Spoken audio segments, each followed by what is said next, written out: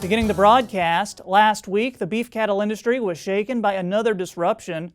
This time it involved a cyber attack on leading meatpacker JBS. The attack even forced several beef plants to shut down temporarily. Things appear to be running smoothly again, but this coordinated attack leaves those in the ag community wondering what it could mean for the food supply if something like this or larger were to happen again. I spoke with Kansas State University Livestock Economist Glynn Tonsor about how the industry is responding. Glynn, can you give us a summary of the situation with JBS and their role in the cattle industry? Yeah, so JBS is one of the leading protein producers globally. There's a short list of companies that produce a large volume of not just beef, but multiple proteins. And what happened in recent days was JBS had a cyber attack event. But in short, my understanding is the computer system that's behind JBS's systems was compromised. So JBS facilities were put offline for a bit of time. The initial reports were out of Australia. Ultimately, we saw there were facilities in Australia, Canada, and the United States for sure, large facilities that were impacted. And it hit us, Memorial Day weekend for our listeners here. But by the time that week proceeded, we were pretty much up and going like we expected we would be. So we had the Memorial Day weekend hit coupled with JBS's cyber attack hit, which led to that Tuesday being notably reduced and a little bit slower in Wednesday. And like what you said, my first thought was this situation could have been a lot worse. I 100% agree. Again, I don't have any, IT knowledge to say how bad it was, how long it could last, whatever. I'm just sitting here reacting, folks like you doing interviews here. And it certainly could have been more days than it was. It's important to note that, here in the U.S., when it comes to cattle complex, JBS represents less than a fourth of the U.S. volume that's typically processed. But, that's well above 1%. So they do represent a sizable share around the country. Other facilities were able to run kind of as planned coming out of the holiday week. And JBS's facilities themselves, for the most part, came back online quicker than some were expecting. And to that point, Troy, it certainly could have been worse. What impact did this have on cattle prices? Well, we certainly saw an impact as the event unfolded. We've had a lot of cattle trying to get through the system. We've been running Saturday harvest heavier than normal for months now. And make no mistake, coming out of the holiday weekend, we were hoping to run heavy again starting on Tuesday.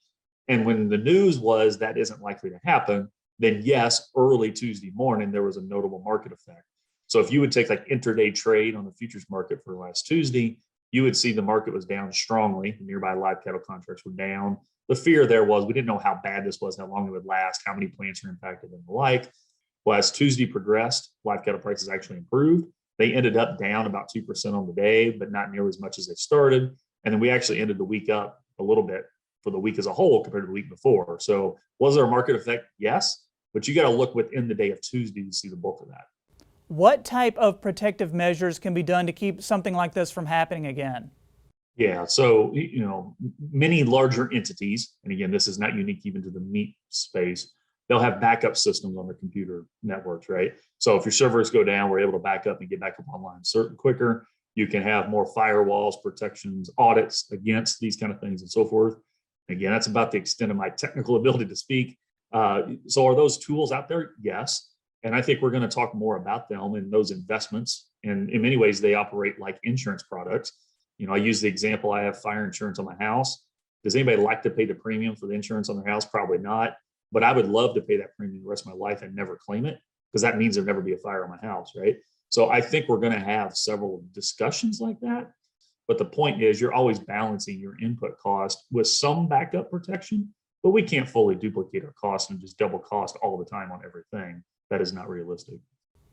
And then finally, when we look at the bigger picture, what does this say about food security as a whole? I think this belongs on the list for us to monitor, be aware of, and it's just yet another component of this discussion. So Troy, I've been using the analogy in other discussions, even before the cyber attack, that our food production system, and I'm most keenly aware with meat and livestock production, so we'll keep it there here, is like a Rubik's Cube.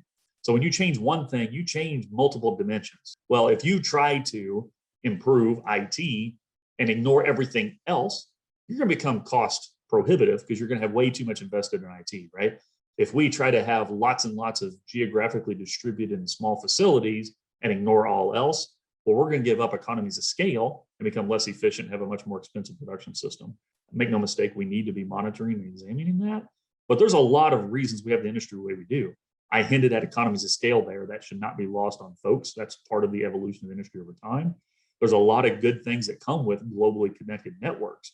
Economists will tell you comparative advantage, letting company A and country A specialize in something and trade with somebody else that specializes in something different, makes the world better off. I 100% believe that. There's a reason we trade the things we do. Well, that leads to global partnerships.